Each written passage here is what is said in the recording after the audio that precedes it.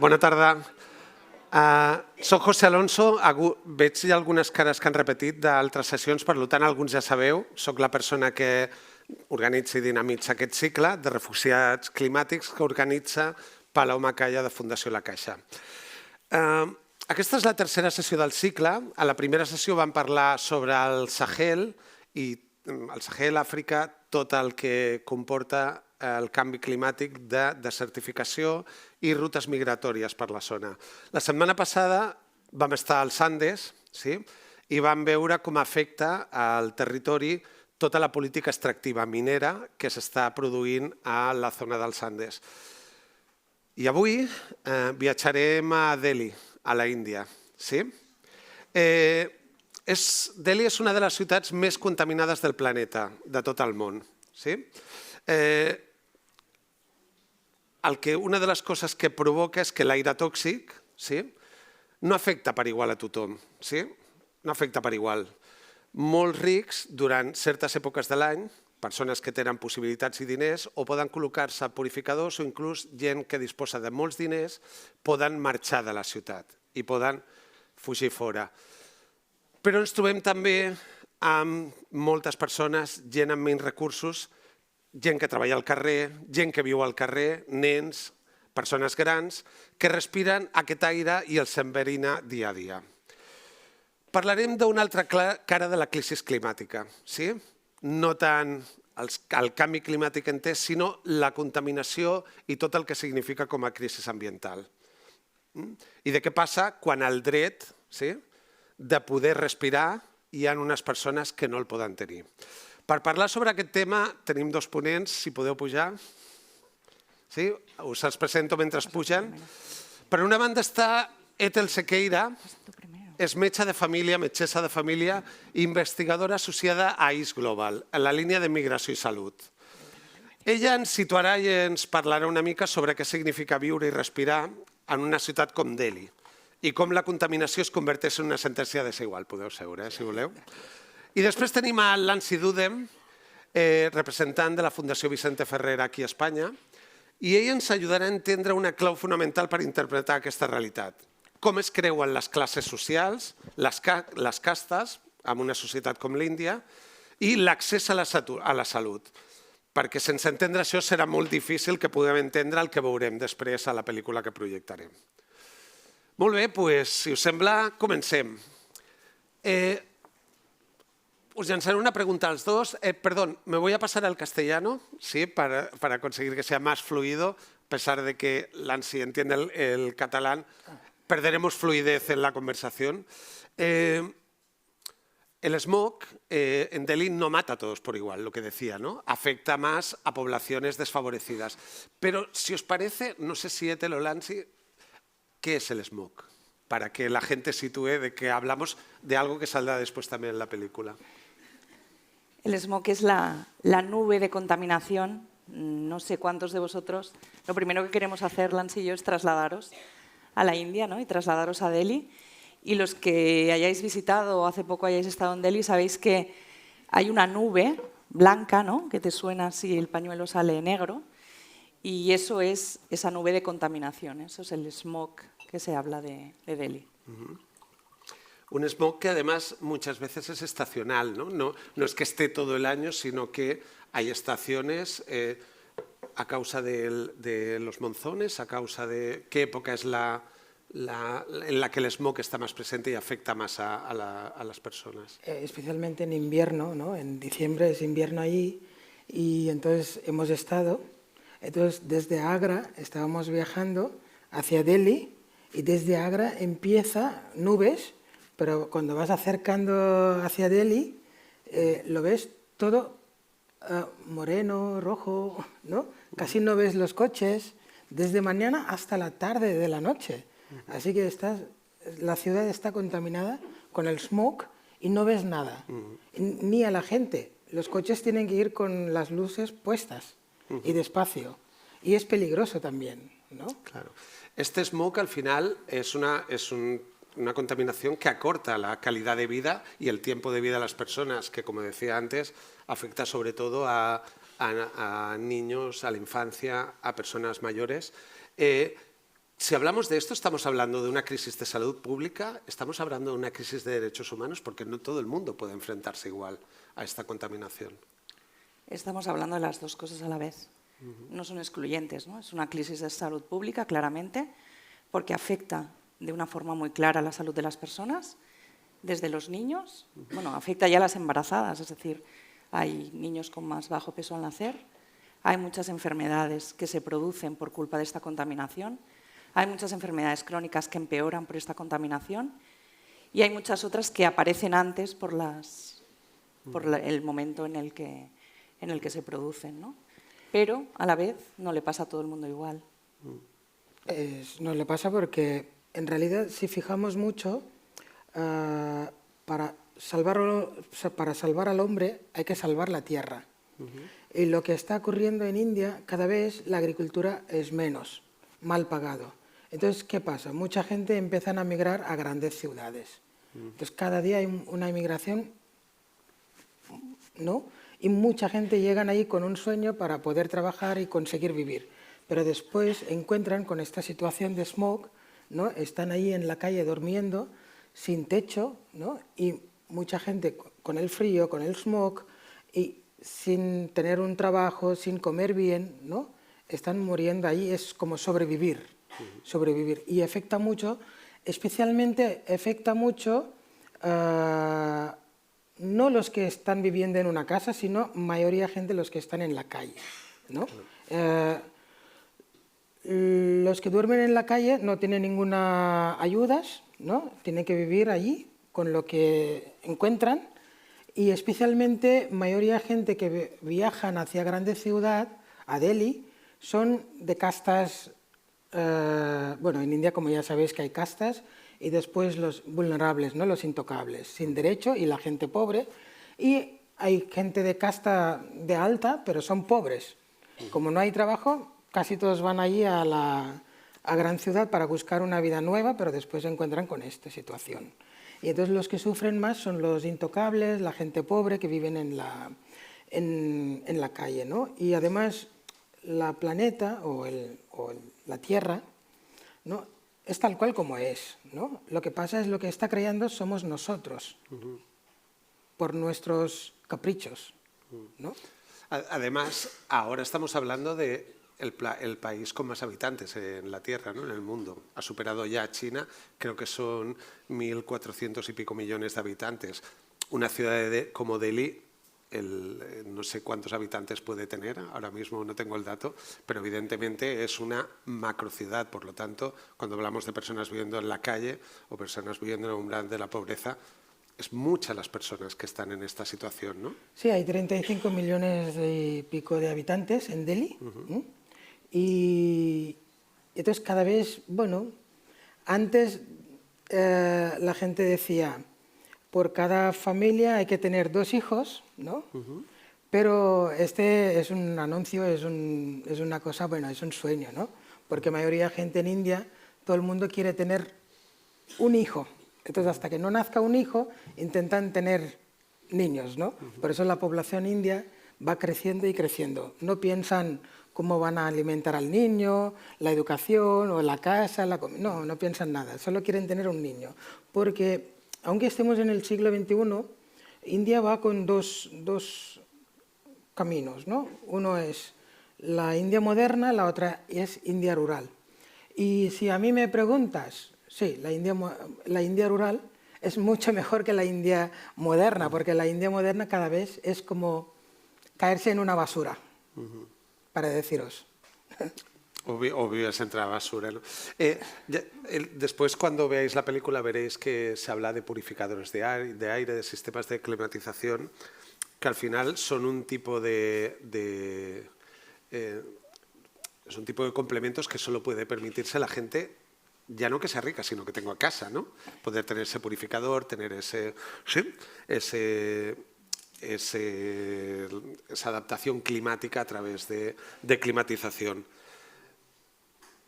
Este lujo de clase, esta brecha que provoca esto, ¿sí? ¿Qué acaba pasando con esas familias que no pueden acceder a esa climatización artificial, por así decirlo? ¿Qué consecuencias acaba teniendo, en este caso, para la salud? están clarísimamente más expuestas estas personas a toda esta contaminación, ¿no? En el momento en que tú, cuando suben las temperaturas, cuando aumentan los índices de contaminación, cierras la ventana, pones en marcha el aire acondicionado, pones un purificador de aire o en muchos casos coges tu vehículo y te vas a otro lugar en el que las temperaturas y la contaminación son más fáciles, este riesgo baja en picado. Si tú esto no lo puedes hacer porque no tienes las posibilidades ni económicas, ni personales, ni conoces, porque muchas veces el acceso a la salud ha mejorado a nivel teórico en India, pero muchas de las personas que serían tributarias de poder acceder a los sistemas de salud desconocen sus derechos, con lo cual esto también está impactando de una forma importante, ¿no? Es decir, aquí aparece un concepto nuevo, ¿no? Que es el que no se puede mover, ¿no? El que está allí porque no tiene otra opción, ¿no? Que hablamos muchas veces de refugiados, ¿no? Pero en este caso son personas que tienen una imposibilidad absoluta de moverse y el riesgo que implica esto sobre su salud es muchísimo más alto. Es decir, que estamos hablando de una injusticia realmente y de una brecha mucho más alta que en otros sitios. De ahí el título de la sesión de hoy, que es la de refugiados de élite, que es, en este caso, quien puede huir son las personas que tienen recursos y quienes se quedan son los que no tienen. Pero también, para intentar transponer un poco aquí, ¿no? Trasladar un poco la situación a algo que podemos vivir aquí. En East Global utilizáis un concepto que es el de mira por tu ventana, utilizasteis creo que durante la pandemia, ¿no? Mira por tu ventana y mira a ver cuántos árboles ves, y esto marca un poco el nivel de poder respirar que tienes a tu alrededor. Y en mi caso ahora, desde una vertiente personal, yo que vivo en el Raval, una de las zonas más densas de Barcelona, llevamos aproximadamente unos 3 años en los cuales en verano es invivible, a no ser que tengas aires acondicionados, que no mucha gente tiene. O sea, empezamos a entrar en una situación no comparable, pero sí empezamos a entrar en una situación como la que puede haber en Delhi. Entonces, desde la investigación, ¿cómo se ve esta situación a nivel ya incluso mundial o trasladada aquí a España? Yo creo que es muy válido el ejemplo, ¿eh? Es decir, Delhi tiene unas condiciones, pero a veces es mucho más fácil que lo entendamos si lo miramos desde aquí, ¿no?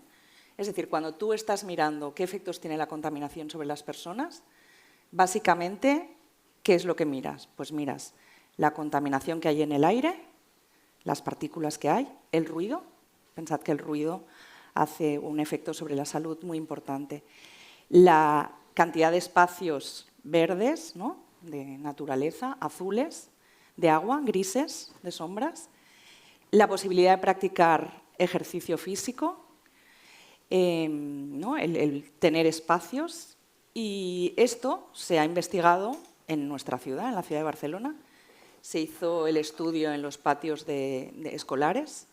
Se aplicaron medidas para mejorar esto, que correspondería también al estudio de cuántos árboles ves, ¿no? Que pueden ser espacios verdes reales o simplemente hileras de árboles. Y esto tiene un impacto directo, tanto en la salud física como en la salud psíquica. Pensad que las consecuencias del cambio climático, por cada grado de temperatura que sube, aumenta un 1% el índice de suicidio en las ciudades, ¿no? El desarrollo de los niños empeora, ¿no? Si hay un índice de contaminación alto. Es decir, que todo esto tiene un impacto directo, que ha llevado estudios hechos en nuestra ciudad a ver que los niños en los patios de colegio se comportan de forma diferente en el momento que se hacen estos espacios más verdes, que estos espacios se abren al barrio y la gente tiene un nivel de comunicación diferente, lo cual también facilita la red social y esto tiene un impacto directo sobre la salud. Y creo que todos estos son factores que tenemos que tener en cuenta. Y nace también el concepto de refugio climático, ¿no? Aquellos espacios en los cuales las personas pueden resguardarse del calor, de las altas temperaturas, de las temperaturas extremas, ¿no? Decías tú que en el Raval esto pasa, ¿no? En nuestros barrios, cuando lo estudiamos también, está el estudio publicado, entre unos barrios y otros de la misma ciudad, las diferencias de temperatura, ¿no? Son las islas de calor que se llaman, ¿no? Durante el día se acumula el calor, este calor se desprende por la noche y puede ser que durante el día haya 1 o 2 grados más de temperatura, pero por la noche este cambio es de hasta 10 grados más en determinados barrios que no tienen ni espacios verdes, ni azules, ni grises. Claro. Lancy, desde tu conocimiento de la comunidad y de lo que se vive en Delhi, al final, ¿qué acaba significando para una familia en situaciones vulnerables, situaciones de calle, en unas infraviviendas, el saber que respirar es un riesgo? ¿No? Que porque cuando estás respirando te estás contaminando y es algo que no podemos dejar de hacer, creo. De momento... Ya, ellos saben que lo que ven, ¿no? Lo que están viviendo, pero están obligados a vivir dentro de lo que están viendo, porque no hay otra salida. No pueden volver al pueblo porque no hay trabajo. Y entonces aquí tienen que seguir viviendo, por lo menos pueden ganar 1 euro al día o 2 euros al día para vivir. Y las enfermedades, cuando cogen enfermedades de piel o de lo que sea, tienen que aceptar. Es lo que hay. Es mi vida y tengo que aceptar y tengo que sobrevivir y tengo que tirar adelante. Y allí donde hay ONGs que están trabajando en esto, ¿no? También hay gente o empresas privadas también están apoyando, pero al mismo tiempo algunos políticos que están conscientes en este tema también quieren apoyar, ¿no? Pero Delhi es una ciudad muy grande con una población muy alta. En este caso no se puede llegar de golpe a la vez. Esto tardará poquito a poquito, años y años van aprendiendo, ¿no? Ahora mismo en Delhi el gobierno ya ha puesto a trabajar para hacer toda la limpieza de la basura de las calles, ¿no? Que eso es un primer paso. Y otra parte, al ser gran ciudad, ya tiene sus jardines, pero son fijos los jardines, no van a crecer. Eso quiere decir, lo que crece es la gente. Entonces, lo que tenemos que hacer es que la gente no migre a grandes ciudades. Y otra parte, hay que enseñar en colegios, en los pueblos, en todos los sitios, el valor de la tierra y cómo nos vamos a cuidar a las tierras. Por eso la Fundación Vicente Ferrer ha empezado un proyecto que se llama Manabhumi, ¿no? Cuidar a nuestras tierras. Y eso ya empieza en el pueblo. Y en grandes ciudades, ¿no? En grandes ciudades hay otras ONGs que están trabajando. Y sí, mucha gente está sufriendo mucho en la calle, porque no hay otros accesos. La comunicación, ¿no? Los medios llegan allí, hablan lo que están pasando, pero pocos a la obra. Entonces, tiene que vivir dentro de lo que cabe. Muchos vídeos puedes ver, muchos youtubers, pero al final no puedes sacar de allí, ¿no? Claro, es interesante esto que decías ahora sobre acciones que toman, ¿no? ONGs como Vicente Ferrer, sobre todo esta prevención de gente que va desde terreno rural, de paremos la migración, hagamos que no crezca más. Pero si pensamos en acciones que se hagan directamente en entorno urbano, ¿qué tipo de acciones son las que se pueden hacer? Por ejemplo, proporcionar purificadores de aire a las personas que están en situación más vulnerable, o se tiene que hacer una acción más política para ver cómo paramos la polución, o se han de hacer las dos cosas porque... Es ambos, ¿no? Tanto los políticos tienen que tomar muy seriamente este tema porque ellos también están viviendo, saben lo que está ocurriendo. Al mismo tiempo, en ciudades, gente culta y gente pobre tienen que vivir con esta situación, ¿no? Gente culta con trabajo, ellos pueden escapar de esto. Cuando ya se meten en su casa, ya se cierran y ya está. Pero cuando sales, esta misma gente también tiene el mismo problema. Es como en gran ciudad, en Delhi, mejor fumar un cigarro que respirar el aire, porque estás respirando 100 cigarrillos a la vez, ¿no? Entonces es un trabajo de ambos. Pero hay que tomar muy seriamente este trabajo, pero es muy triste porque el dinero puede hacer algo, pero los políticos, sabiendo también, es como un proyecto, es un tema un poco lejano, ¿no? Entonces es importante que ellos también tengan en cuenta y que juntos podemos trabajar adelante, ¿no?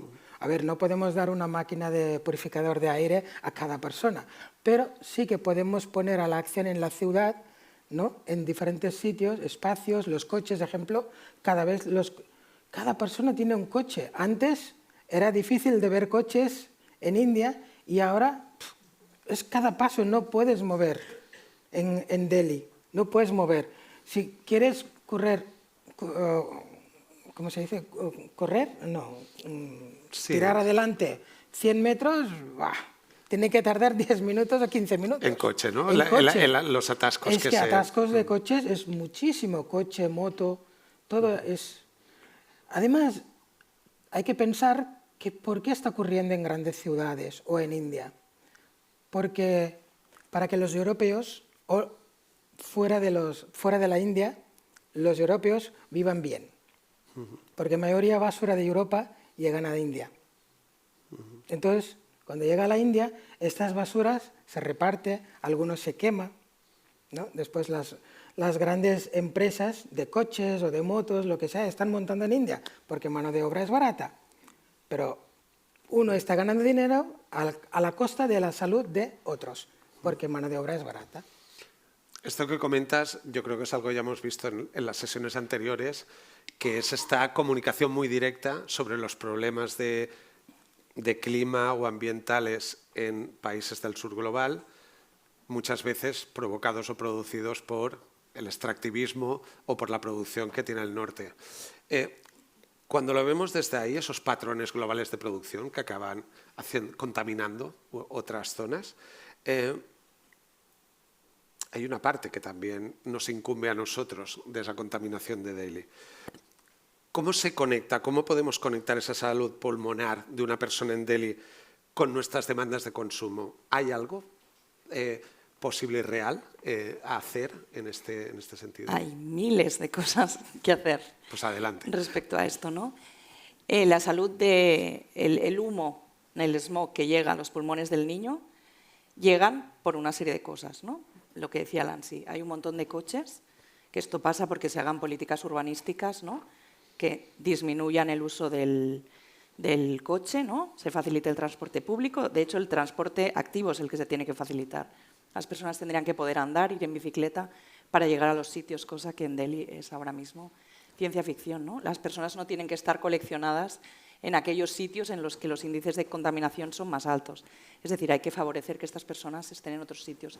Hay que promocionar y hay que cribar sistemáticamente que muchas de estas personas tengan las enfermedades que provoca todo esto para que se puedan tratar a tiempo. Pero bueno, luego hay toda una parte que nos corresponde a todos los demás. Es decir, el hecho de que se tenga que producir rápido, ¿no? Quiere decir que vas a utilizar carburantes más tóxicos, ¿no? Que son más baratos, que me van a permitir producir más. Es decir, mientras Estados Unidos, Europa, China esté demandando mucho producto rápido, India va a estar produciendo más contaminación, ¿no?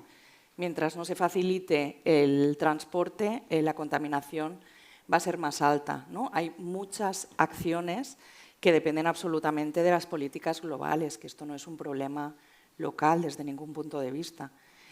¿No? Yo creo que todas estas cosas nos han de concienciar que muchas veces el que yo me compre 25 prendas de ropa distintas, ¿no? He de saber a qué precio las estoy pagando y cómo puede ser que las esté pagando a este precio. Seguramente aquí muchos tendríamos que hacer, ¿no? Un acto de reconciliación. Muchos pensamos en marcas y en páginas web concretas, ¿no? Es decir, todo esto tiene un impacto directo. A veces sí que es muy visible, ¿no? Si yo cuando voy a hacer esto pienso en los niños que veréis dentro de un ratito en el documental, igual somos más conscientes que hay cosas que las tendríamos que pensar 3 veces, ¿no? Antes de hacerlas. Cuando piensas en esto de la producción, tú has dicho algo que a mí me hace pensar en la externalización de nuestras basuras, ¿no? Sí. De las basuras del norte. ¿Tienes algún ejemplo concreto de esta externalización, de aquellos productos que acaban convirtiéndose en montañas de basuras en India? Bueno, ejemplo, en Delhi estuve en unos slums y entonces fui a verlo y ellos lo que hacían es coger toda la basura del barco, cuando llega el barco desde Europa, cogen toda la basura. En esta basura hay plástico, material de... Barcos llenos de basura. Entonces, estoy hablando de basura de plástico, porque he visto. Entonces lo que hacían es coger toda la basura de plástico y entonces y hacerlo en pellets y después venderlo. Pero para hacer en pellets y todo hay que hacer un fuego, sale mucho humo, ejemplo, ¿no? Y después muchas empresas de pieles. Bueno, aquí cuando veo un chaqueta de piel muy bonito y lo veo, pone Made in India. Yo digo, ostras, ¿no? Esto hace en India, ¿no? Pero está vendido aquí en una marca importante. Entonces, todas estas pieles tienen que, estas empresas de pieles, ¿dónde tienen que estar? ¿En un pueblo? No, al lado de un río, ¿no? Ahí estás contaminando el río y al mismo tiempo, al hervir, ya estás otra vez. Y la basura que ya no sirve del barco, ¿qué hacen? Quemar también. Entonces, todo esto conjunta un poco. Empresas, quemar de basura, después los coches, bueno, un poco de todo, ¿no? Al final. Y entonces, en este caso, hay mucha gente en India que está en contra de esto. Y también están haciendo manifestación, ¿no? Están haciendo manifestación. Pero son pocas voces, pocas voces. Y esto hay que reivindicar todo el mundo, especialmente los de grandes ciudades, ¿no? Porque al final todas las grandes ciudades convertirán un día en mucha contaminación. Simplemente para que cuando hablas de slums, de lo que hablas son de esos asentamientos prácticamente, ¿no? De esas zonas barraquistas que le podríamos llamar aquí, ¿no? ¿Entiendo? Sí, los slums se crearon cuando, creo que, para no equivocarme, cuando los británicos empezaron a reinar la India, ¿no? Colonizaron, y entonces allí con East India Company ellos empezaron a montar sus fábricas, entonces necesitan trabajadores. Entonces poco a poco la gente de pueblo iban allí a trabajar en esas fábricas y empezaron a crear sus pequeñas casas de chabolas alrededor de estas empresas, ¿no? Y estos se llaman slums y todavía sigue en Bombay, en Delhi, en muchas ciudades. La gente pobre, intocables o pobres, o los que han llegado a grandes ciudades a buscar una vida mejor, terminan viviendo en estos barrios, en estos chabolas que se llaman slums. Y todavía existen estos slums. Y se vive en unas condiciones muy, muy peores. Son 4 metros cuadrados y toda la familia tiene que vivir allí. Y encima, en invierno, pues con el humo, con smog, con frío, tiene que vivir ahí. En verano también.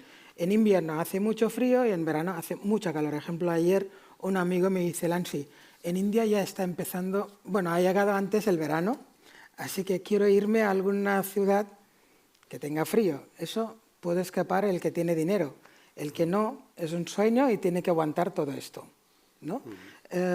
Me acuerdo mucho aquí, cuando llegué primera vez, una de los que me chocó es esto, ¿no?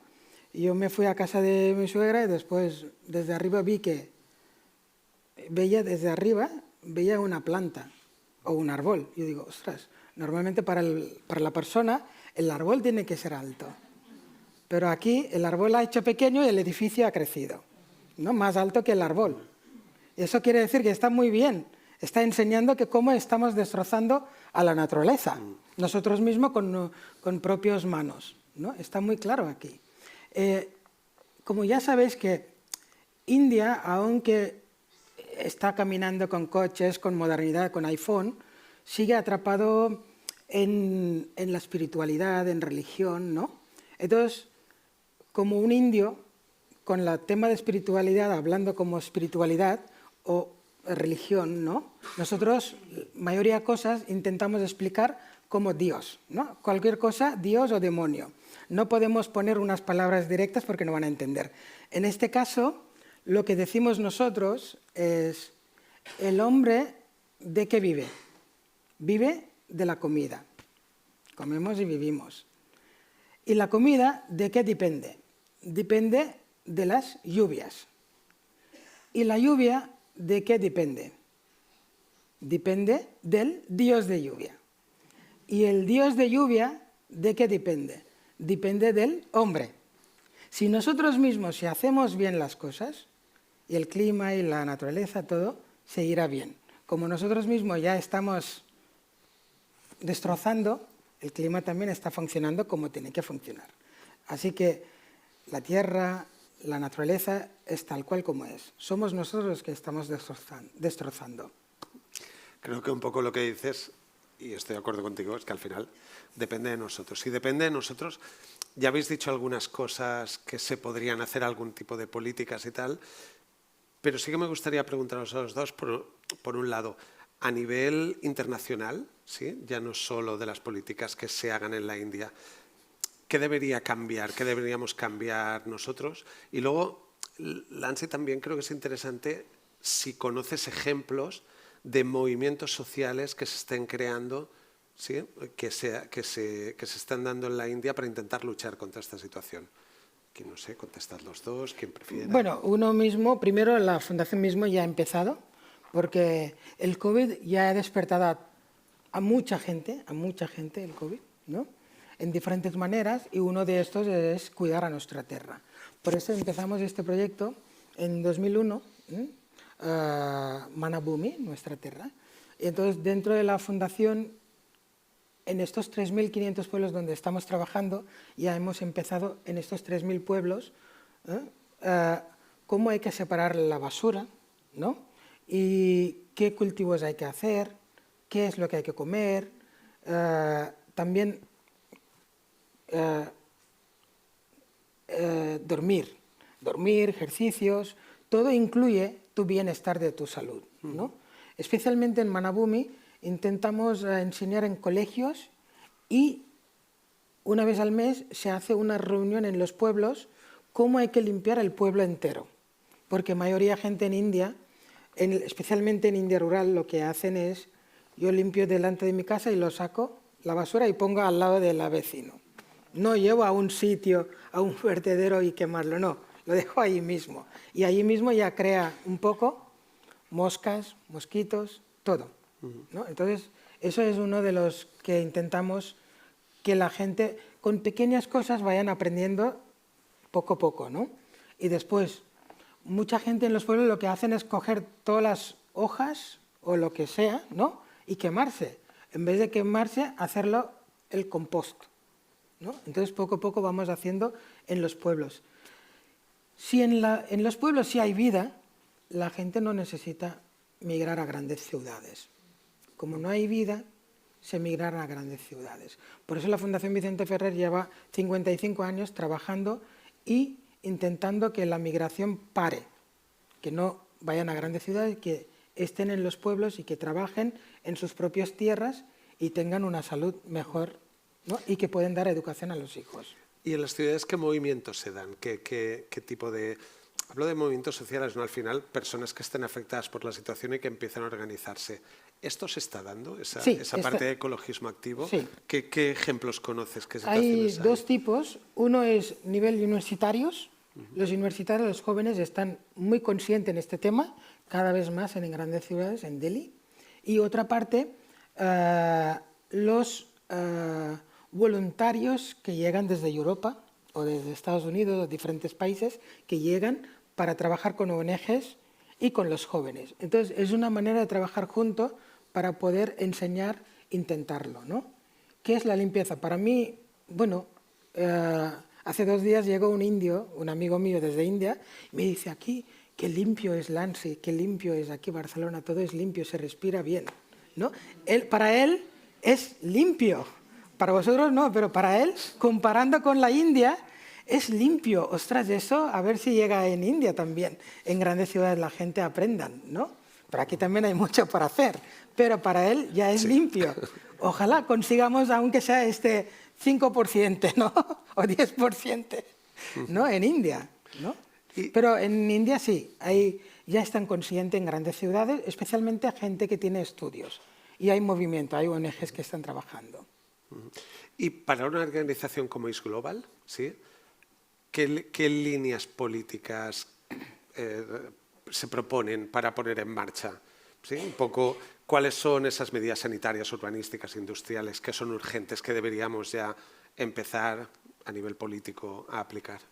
Yo creo que aquí tienes que ir del micro al macro, ¿no? Tienes que ir desde las políticas sanitarias urgentes para reconocer cuáles son los problemas de salud que están ocasionando, intentar ponerle medida e intentar hacer trabajos preventivos de esta parte primera, de toda la parte de estudiar cuál es el efecto que está causando, explicarlo para que esto tenga una traslación, ¿no? Al final la investigación que nosotros hacemos es una investigación traslacional, es decir, que tiene un traslado directo a la práctica clínica o a la práctica social y tiene un impacto directo, es decir, no se hacen las cosas por saber, sino se hacen para intentar cambiar las cosas. Esto tiene que desencadenar políticas urbanísticas mucho más intensas, ¿no? Que ya se están realizando en muchas ciudades, sobre todo europeas, pero esto se tiene que trasladar a otros lugares y tiene que dar lugar a políticas internacionales. Esto tiene que dar lugar a cambios políticos a todos los niveles para que se haga un consumo responsable, ¿no? Para todas estas cosas que hemos ido hablando. Es decir, no es solo un efecto directo en el estudio de la salud de las personas y de cómo esto, que evidentemente se tiene que hacer y se tiene que trabajar, sino que desde la prevención, la formación desde edades tempranas hasta el cambio en políticas internacionales tiene que hacer todo este camino. Yo creo que hay un recorrido que es largo. Muy bien. Si os parece, vamos a pasar a ver la película. Todo esto que hemos hablado, que ha salido aquí, y que luego continuaremos, ¿sí? Después de la película tendremos ocasión de, además, abrir turno de preguntas para que podáis hablar directamente con Lance y con Ethel. Vamos a intentarle poner rostro, ¿vale? A la desigualdad, a la salud, a las castas, a esa imposibilidad de huir. Y esto es lo que hace una película como Invisible Demons. Yo personalmente me parece un documental muy potente al nivel de imagen. Creo que no es un documental al uso. Ya veréis que este documental no tiene voz en off, ¿sí? No habla mucho de datos, no hay entrevistas explicativas. Intenta que las personas que lo ven se pongan en el lugar y vivan un poco la situación. Por lo tanto, os proponemos hacer un poco de inmersión en una realidad como la de Delhi, y para eso intentaros dejar llevar por las imágenes. Pero antes de pasar a la película, me han traído a última hora un pequeño vídeo que, como yo no lo he visto, voy a dejar que lo presenten ellos. ¿Sí? Bueno, es un pequeño vídeo sobre el trabajo que estamos haciendo en India, en Anantapur, donde está la Fundación Vicente Ferrer, sobre Manabhumi, nuestra tierra, ¿no? Las pequeñas cosas, cómo se puede cambiar y cómo podemos cuidar a nuestra tierra. Nuestra tierra es nuestra casa y hay que cuidarlo, es eso. Perfecto. Gracias. Pues veremos esta pequeña entrevista o esta pequeña declaración, es 1 minuto y poco, película, y luego volvemos los tres. Muchas gràcies. Gràcies. Gràcies. Hem visitat una mica la ciutat, us heu fet una mica d'immersió dins de la població. Res, com us deia, ara passarem a fer una mica de col·loqui amb la gent que vulgueu preguntar tant a Lance com a Ethel, però sí que m'agradaria que abans de fer el col·loqui lliguéssim una mica tot el que hem parlat abans amb la pel·lícula que acabeu de veure. Llavors, simplement preguntar-vos, Ethel, Lance, de tot el que s'ha vist a la pel·lícula, alguna cosa que us ressoni, que vulgueu destacar, que per vosaltres hagi resultat important o vulgueu subratllar del que hem vist? Crec que és un documental que es destaca per les imatges tan impactants que té. No? A mi em ressona molt quan estan els nens petits explicant, no? Quan els pregunten si la pol·lució els ataca i ells expliquen que tenen tos i que no poden respirar i que són nens molt petits.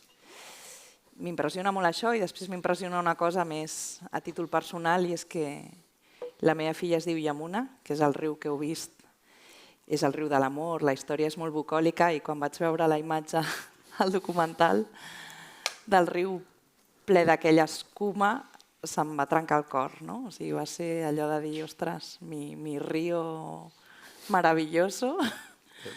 Quina imatge es veu aquí, no? Que hi ha altres visions d'aquest riu que són meravelloses. Però bueno, em va impactar, però vaja, jo crec que el documental és impactant sencer. ¿Y en tu caso, Lancy? Sí, en mi caso... Perdón, bueno, volvemos a pasarnos al castellano. Siempre, muchos años en India he visto en diferentes sitios, ¿no? El vertedero, el río con mucha basura, porque en India la basura es el río, lo tiran todo ahí, ¿no? Separado. Y en este vídeo se ve todo a la vez, ¿no? Esto impacta mucho. Ostras, ¿qué está pasando, ¿no? en India, ¿no? Y otra parte, es un país con 4 millones de dinero en el banco, ¿no? Está en el 4º lugar en el PIB económico, y después resulta que lo que está pasando en India con todo el tema de cambio climático y toda la basura, lo que estamos creando, ¿no? Y el derecho del niño, ¿no? Muchos niños, ¿no? Aparte, muchos niños están allí en la basura buscando su vida, en vez de estar en un cole, ¿no? En vez de estar jugando, ¿no? Están ahí buscando su vida, ¿no? Todo el mundo ahora, los políticos hablan de maravilla de la India, después resulta que es esto, ¿no? Y este vídeo seguro que en India no durará, ni van a dejar que pongan como documental o en los cines, porque no va a durar. Y entonces hay muchas verdades de la India que están tapados, ¿no? Y es duro, porque India económicamente quieren enseñar a Europa que somos potencia mundial, económicamente, tecnológicamente, ¿no? Pero al mismo tiempo, 1.400 millones de habitantes atrapados en la religión. Eso quiero decir, religión es creer, ¿no? Cuando crees en algo, no crece tu inteligencia. Entonces, quieren tapar toda esta parte de inteligencia a través de religión, a través de creencias. No quieren que la gente estudie. Y eso es lo que está pasando hoy en día, especialmente en India rural.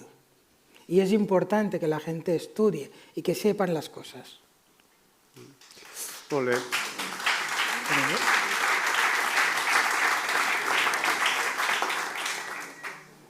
Pues abrimos turno de preguntas para quien quiera preguntar. Sí que solemos pedir, ahora tendremos unas 25 minutos, media hora.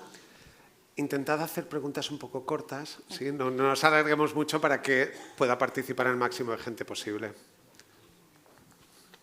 Allá. Cuando llegue el micro, que así te oirán también de detrás.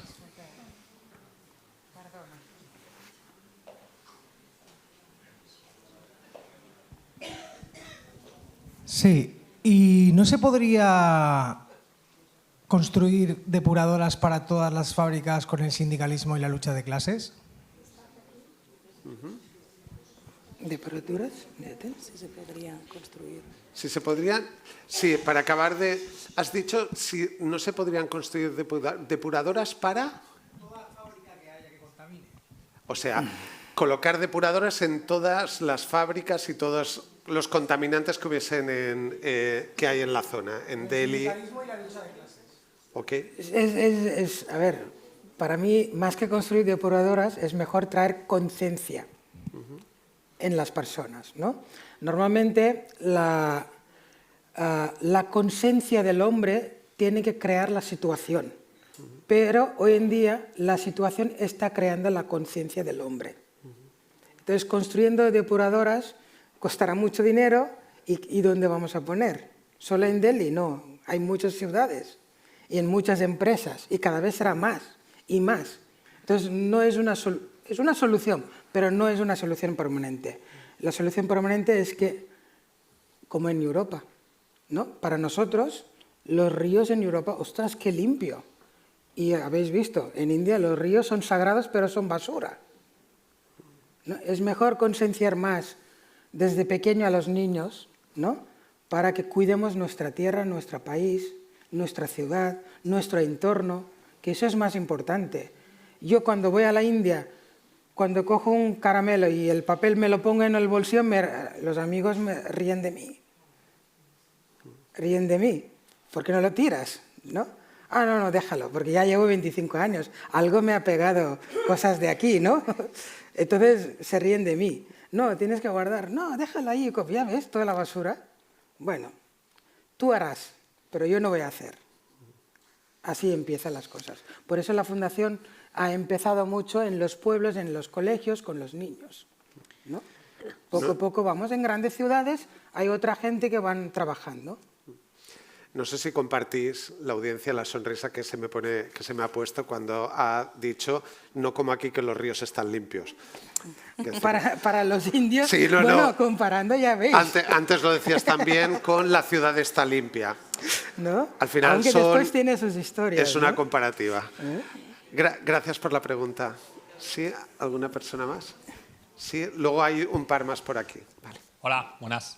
Yo tengo una duda que me corre un poco y va dirigida al tema de la economía. O sea, todas las políticas económicas están basadas en el crecimiento.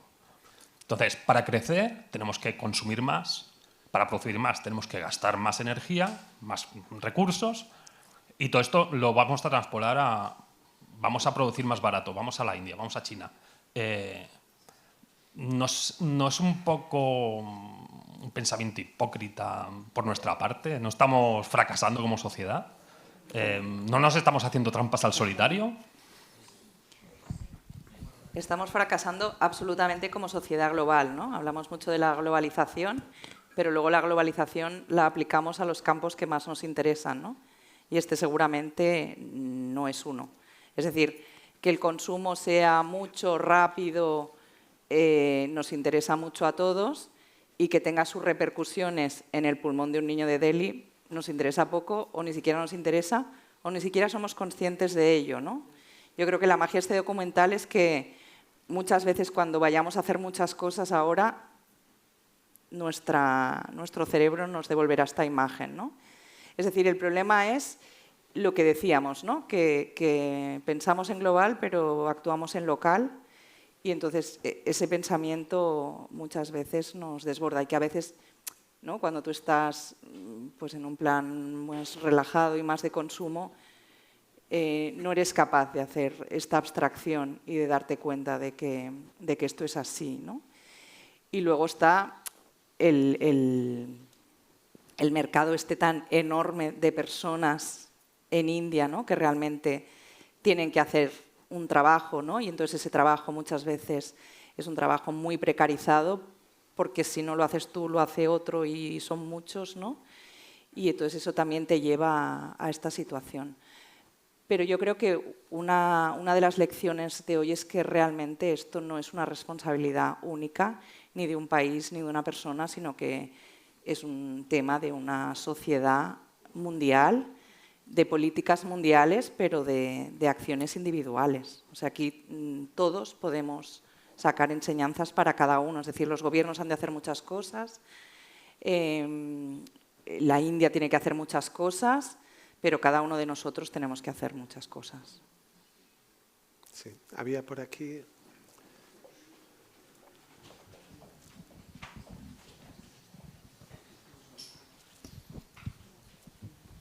Yo tengo una pregunta, por ejemplo, respecto al gobierno de la India, que aquí hablamos maravillas. Bueno, nosotros aquí en particular no, pero sí los gobiernos, y hacemos negocios porque son maravillosos y porque crecen. Yo tengo entendido que es no sé si es primer ministro, creo que es primer ministro, ¿verdad? Corrupto, racista, sanguinario, y podría ser una lista muy larga. Modi, ¿no? ¿Modi? Sí. Sí. Persigue minorías, etcétera, etcétera. También este señor no sé qué lazos tiene con Europa, con el norte global. Me gustaría saberlo también. Me gustaría que llamáramos las cosas por su nombre después de ver este documental y habláramos no del desarrollo, sino del capitalismo salvaje que nos está destruyendo. Que también habláramos del decrecimiento, que parece que cuando hablamos del decrecimiento vienen los comunistas y nos van a robar la casa. ¿no? Dejar el decrecimiento es pensar mucho antes de comprarse esa camiseta de 10 euros o de 5 euros o los tejanos, que vamos, o los móviles o lo que sea, porque no solamente contaminamos esos ríos, sino que también esas montones de basuras, bueno, todo eso tiene que ver con nosotros. Y entonces que hagamos una profunda reflexión, no a nivel individual, que también, pero a nivel de sociedad, y exijamos a nuestra sociedad que esto no puede seguir así. Porque individualmente tú te puedes guardar el papelito del caramelo, pero no va a ninguna parte. Creo que un poco en la reflexión que hacía había una parte sobre las políticas del primer ministro actual, de Modi, primer ministro, presidente, no, ahora mismo, ¿no? Sí. También hablabas de capitalismo salvaje versus de crecimiento. No sé si queréis reflexionar sobre estos dos temas. Bueno, políticamente, bueno, los políticos, la política india es un poco, bueno, yo un día fui a votar y me han dicho que ya han notado. Que ya has votado. Ya ha notado a alguien en mi nombre, ¿vale? Eso quiere decir que ya con esta frase ya entendéis, ¿no? Sí, hay que actuar más los políticos. El gobierno de ahora está haciendo buenas cosas. Hay una parte que está haciendo buenas cosas, hay otra que no, ¿no? Hay otras que no, porque está más concentrado en tema de religión. Yo justo antes yo lo he dicho, están más en tema de religión que más que en limpiar la basura del país, ¿no? En diferentes sentidos. Pero sí que el gobierno indio de ahora ya llevan casi 15 años, ¿no? Es la tercera vez que ha ganado, y sí que empezaron un proyecto que es Swachh Bharat, Limpia India, ¿no? Es un proyecto que hicieron, es construir lavabos. Construir lavabos. Por lo menos cada familia tenga su propio lavabo, letrina, ¿no? Por lo menos que las niñas cuando levantan madrugada para hacer sus necesidades no terminen en desgracias, ¿no? Por lo menos que estén en su casa al lado y pueden hacer sus necesidades. Esa es una cosa que han hecho, pero en otros ya no. Otros ya no, pero tampoco no quiero hablar de la política, ¿no? Porque es un tema muy amplio. Es como, ¿subo burro o no subo burro? Al final es lo mismo, ¿no? Entonces, los políticos harán su trabajo, pero individualmente, ONGs, personas, cada uno tenga la responsabilidad de cuidar, que eso es muy importante para mí.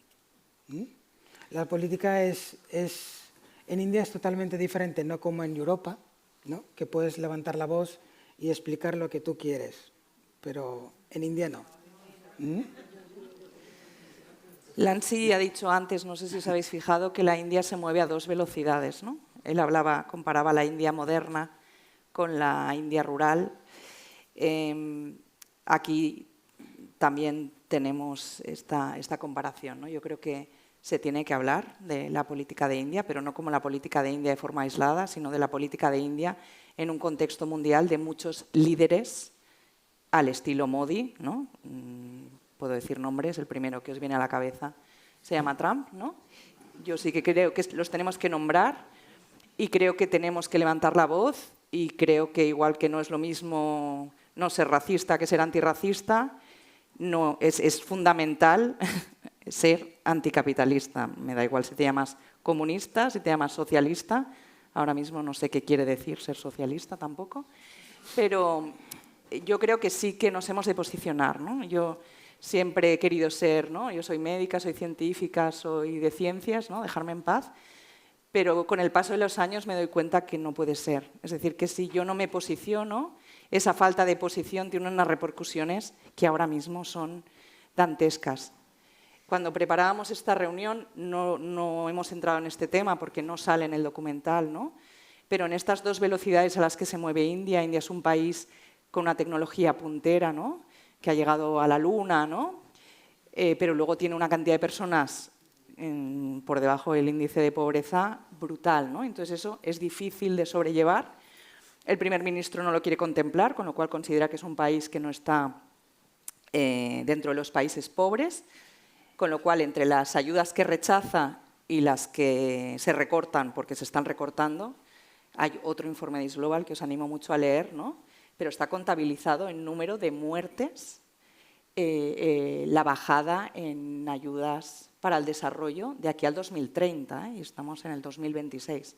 En 4 años va a morir muchísima gente porque estas ayudas para el desarrollo no se van a dar. Y yo creo que esto es un tema que no podemos pasar por alto, que no podemos callar y que no nos podemos conformar, lo que no quita que nuestras actividades individuales, tanto a nivel de salud planetaria como a nivel de posicionamiento político y social, tienen que existir, ¿no? Modi es una persona que es un integrista hindú, ¿no? Entonces, un país que siempre se ha caracterizado por la convivencia de religiones, ahora está viviendo un momento de persecución a colectivos musulmanes, que son los que menos le gustan, pero también cristianos, ¿no? Yo creo que está haciendo que se pierda una gran parte de la esencia de lo que había sido siempre el país, y está llevando a problemas de convivencia y está llevando a muchas cosas que son difíciles de ver, ¿no? Para los que queremos a este país. Pero bueno, daría para otro documental y otra hora y media de debate. Muchas veces nos pasa que pones focos en lugares y si amplías resulta complicado. ¿Por ahí habían pedido la palabra también?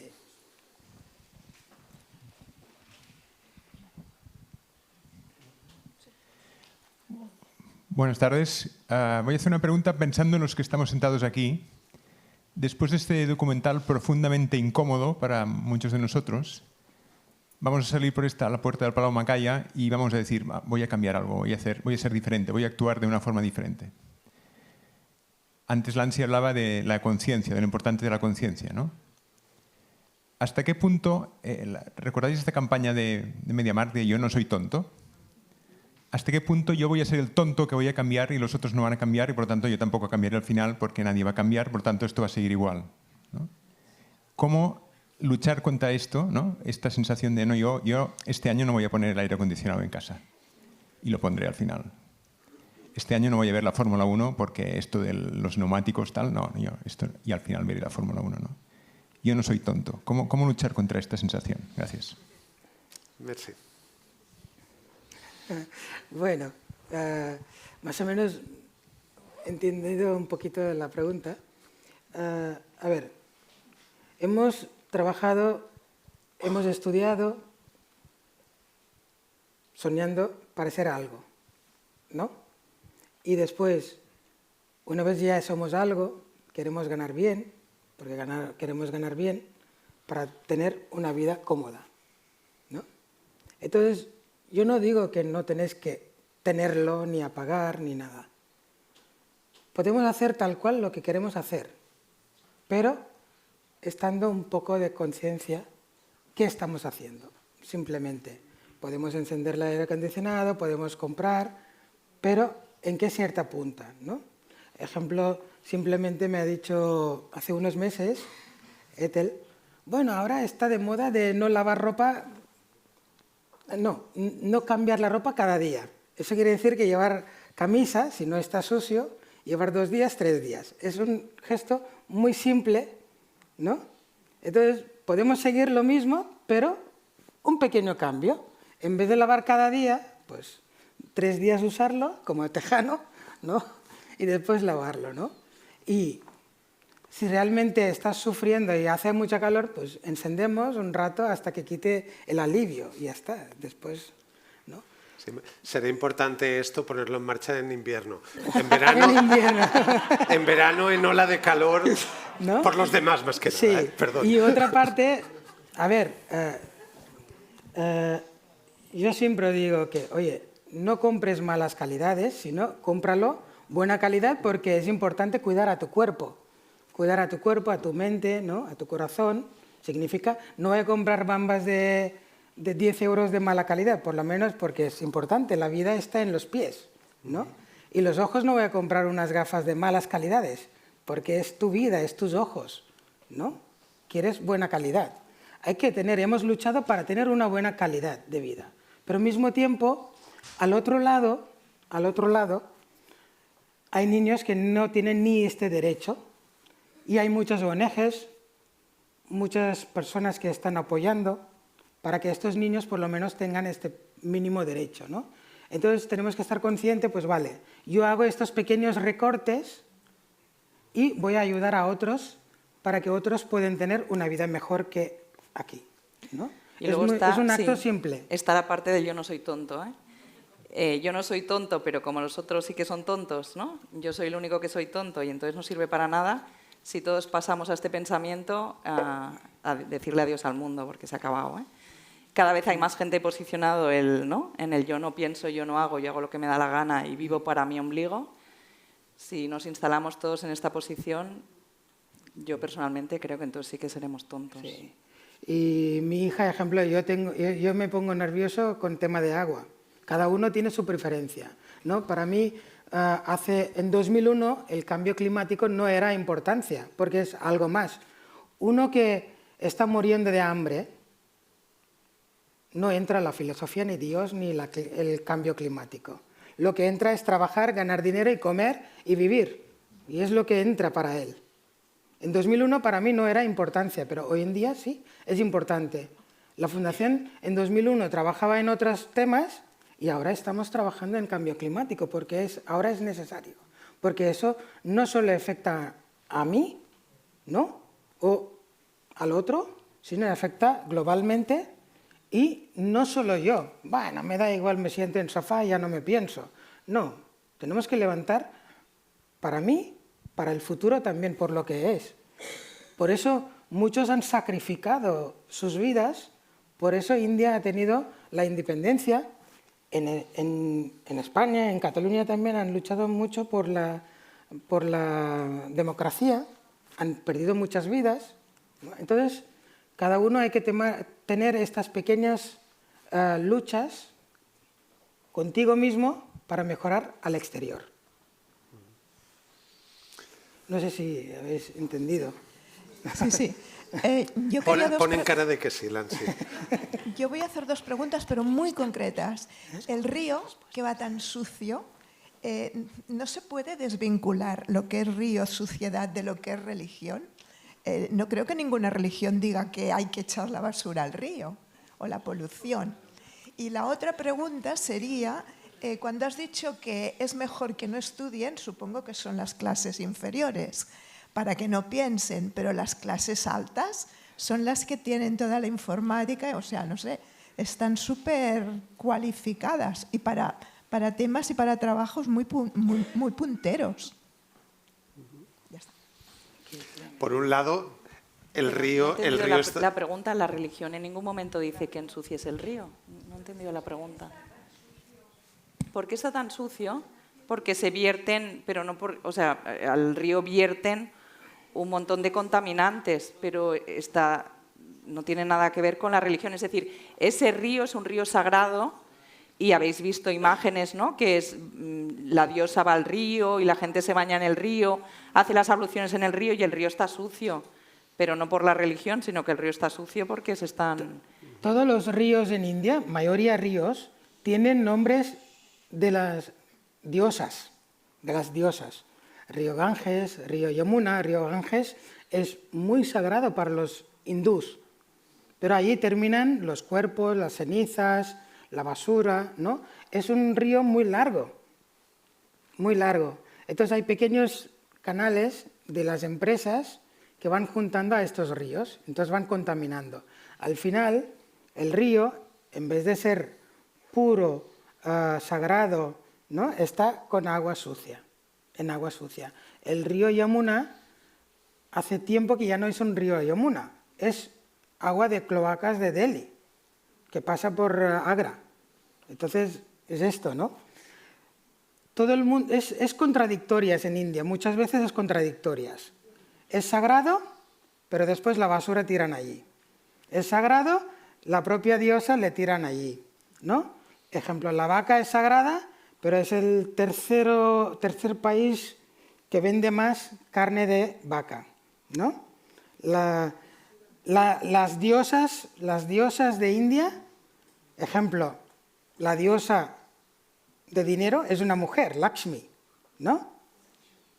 Cuando ven que ha nacido una niña, dicen que ha nacido Lakshmi, la diosa de fortuna, pero nadie quiere esta fortuna, pero quieren hacer manifestaciones para salvar a las vacas. Es contradictorias. Casarse por amor es peligroso, es pecado, pero todas las películas hablan de amor. Entonces hay muchas contradictorias en India, no terminas de entender. Y la cabeza es puñetera. Depende de nuestros intereses, vamos cambiando el interés, ¿no? Y en India pasa mucho esto. Somos religión de hindú, pero mañana si dice, oye, te voy a dar comida, ropa, educación, cámbiate de religión, entonces cambian de aquí a otra religión. Y estando en esta religión, cuando tienen que tocar buscar un novio a su hija para casarse, ya otra vez vuelven al raíz, ¿no? Vuelven a los raíces. Y otra parte, una cosa es, eres ignorante, no tienes estudios, por lo menos crees en algo y tienes miedo del Dios y haces el mismo camino, rituales, ¿no? Y la otra parte, los que tienen estudios, son intelectuales, son los más peligrosos. Tienen tanta intelectual, después terminan actuando más. Hay muchos abortos en India. Muchas niñas mueren antes de nacer. Si preguntas a la gente, dicen, eso pasa mucho en los pueblos, ignorantes, son pobres, por eso matan. No. Los estudios dicen que no. En pueblos no tienen estudios, pero ellos dicen que es un regalo de Dios y ya está, seguiremos. Tampoco no tiene dinero para abortar. Eso es otra cosa. Y segundo, en las grandes ciudades, cuando hablas de abortos, son gente de clase media o clase alta con estudios.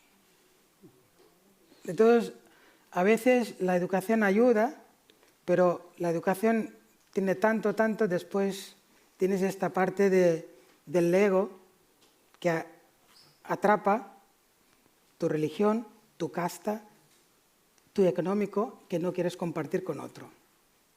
Cuando eres pobre, no importa nada, eres libre de todo, pero cuando tienes todo, eres atado con todo y no quieres compartir con nada, con nadie.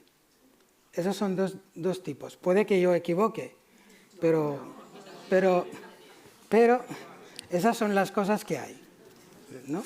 Cuando eres pobre no importa la casta, ni intocable, ni religión, ni nada, porque eres pobre, te importa es evolucionar. Cuando evolucionas, después ya no quieres compartir con nadie según qué quiere, ¿no? Disculpadme, el papel de moderador, para ser puntuales e intentar que a 7:30 podamos marchar, nos quedan unos 7-8 minutos. Si os parece, un par de preguntas muy rápidas y cerraremos. ¿Alguien que tenga mucha necesidad y no puede quedarse la pregunta dentro? ¿Hay alguien? Pues estas dos personas y cerraremos. Hola, buenas tardes. Mira, yo quería pasar del ámbito público al ámbito privado.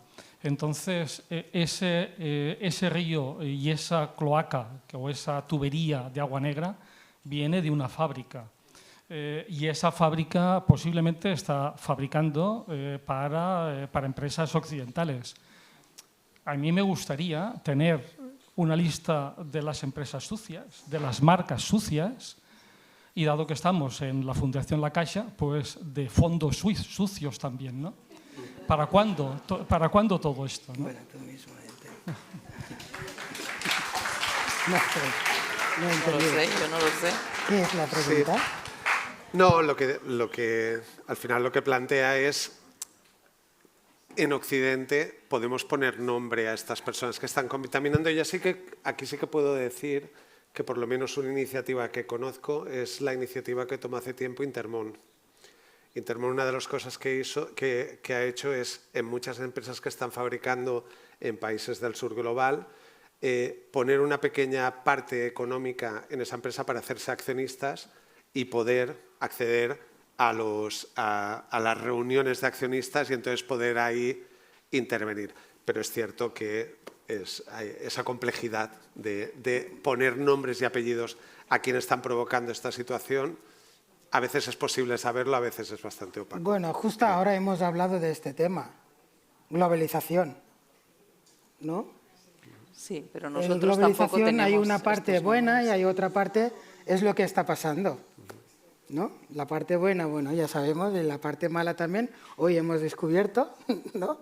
Y al mismo tiempo hay gente que han perdido mucho trabajo también en Europa. La globalización, no sé hasta qué cierto punto nos ha traído bien. Nosotros no tenemos la lista para darosla. Pero creo que se puede conseguir y creo que globalización equivale a capitalismo en muchos momentos. Y teníamos una última y aquí cerraremos ya. Te acercan. Espera, te acercan micro que si no detrás nosotros te oímos, pero... Sí, perdón. No, que muchas gracias, muy interesante la presentación. Mi pregunta es, ¿desde cuándo está ocurriendo esto y a qué velocidad está llegando? Porque mi idea de viajar a la India no lo viví así. Entonces, hay mucho turismo, hay mucha gente que va a la India, esto no llega. Entonces, ¿desde cuándo está esta evolución tan negativa de este cambio climático o un cambio en Delhi? El documental busca la concienciación. Delhi es una ciudad preciosa que te invito a visitar. Nosotros estuvimos en diciembre y está muy cerca del Taj Mahal, que probablemente es lo más bonito que uno pueda ver en la vida, ¿eh? Una cosa no quita la otra. ¿Desde cuándo? Pues desde hace muchísimo tiempo. ¿Desde cuándo es tan evidente la smog? Yo ahora mismo hacía bastante tiempo que no viajaba a Delhi y no era tan... Ahora es evidente. Antes no era tan evidente. Que el río estaba sucio, sí que hace muchos años, ¿no? Ponerle una temporalidad exacta es muy difícil y o sea, cuando vas a visitar Delhi, obviamente nadie te lleva a los vertederos ni a los slums, ¿no? Que existen en estas ciudades desde hace muchísimos años. Vuelve a ser lo mismo, ¿no? Es una cosa que se va contradiciendo, pero yo sí que recuerdo haber vivido el smog en Ciudad de México, por ejemplo, hace muchos más años. Ponerle una temporalidad exacta se me hace muy difícil, ¿no? Pero ¿en qué momento se ha incrementado el ritmo de la producción desbocada? Pues ya llevamos unos cuantos bastantes años. Lo que pasa es que esto, desde que empieza hasta que es visible y hasta que alguien lo visibiliza, ¿no? Tiene un ciclo. Pero estamos hablando de una historia de muchos años de evolución. Esto, bueno, el cambio climático empezó en el año 18th century. Se hablaban en aquella época... Siglo XX decías. No, 18. sí, 18. 18, perdón. Revolución industrial, entiendo, ¿no? Sí, en 18th century ya empezaron la revolución industrial, ¿no? Para decir, porque ya empezaron con carbón, la industria, entonces ahí ya empezaron a hablar de este tema, pero no reconocían, porque esto viene de lejos. Es como fuego lento. No da cuenta, pero fuego lento. Ah, no, esto no va conmigo, ya hemos hecho mayor, ya va conmigo. ¿No? Cuando eres joven no va contigo la muerte, pero cuando ya eres mayor ya estás a la esquina. Es lo mismo, fuego lento, ¿no? Empezó en los 18 y poco a poco va creciendo. En los años 70 también reconocen, pero no lo reconocen, pocas voces, ¿no? Y en 2000 ya empieza a sonar, poco a poco, y para mí era lejos porque yo estaba en otro mundo con otras historias de trabajo, no era mío, pero a mí sí que me empezó, bueno, la primera visita a España, a Cataluña, especialmente al ver esta diferencia, ¿no? La diferencia entre el árbol y el edificio. Ahí me da cuenta cómo vamos a terminar y después la niña, la Greta, ¿no? que empezaba a dar voces, ¿no? Salió en la tele explicando, yo digo, cambio climático, no entendía, fuego lento. Y ahora sí, ahora se ve, cuando mis últimos viajes a Delhi, se ve realmente qué es el cambio climático. Ya durante unos años hablaron de cambio climático, pero ahora en un país ya levantaron diciendo que ya no hay cambio climático y quitaron todas las reglas. Y en India dicen que, bueno, esto de cambio climático quiere decir, bueno, cuando eres joven puedes aguantar, cuando eres mayor no puedes aguantar el frío. Eso es. Entonces, no sé, los políticos qué tienen en la cabeza. ¿No? Es eso. Muy bien. Pues... Bueno, ahora ya sabemos qué es el cambio climático.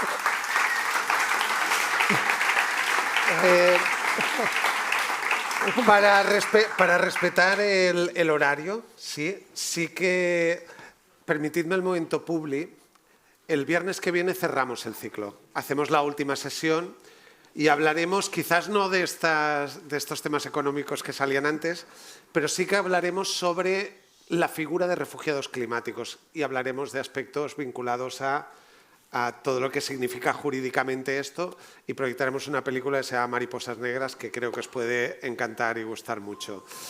Muchas gracias por la asistencia y agradecerle sobre todo a Lance y a Eder la participación. Gracias.